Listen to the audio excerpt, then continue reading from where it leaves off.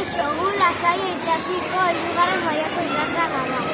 Eta gaur, Agniarma jolasa salduko dizuegu. Gelditzen dira 4 pertsona eta harrapatzaileak porteria batean eta besteak beste porteria. Joan behar dira porteria arte harrapatu gabe eta harrapatzen badiote gelditzen da tokia. Goazen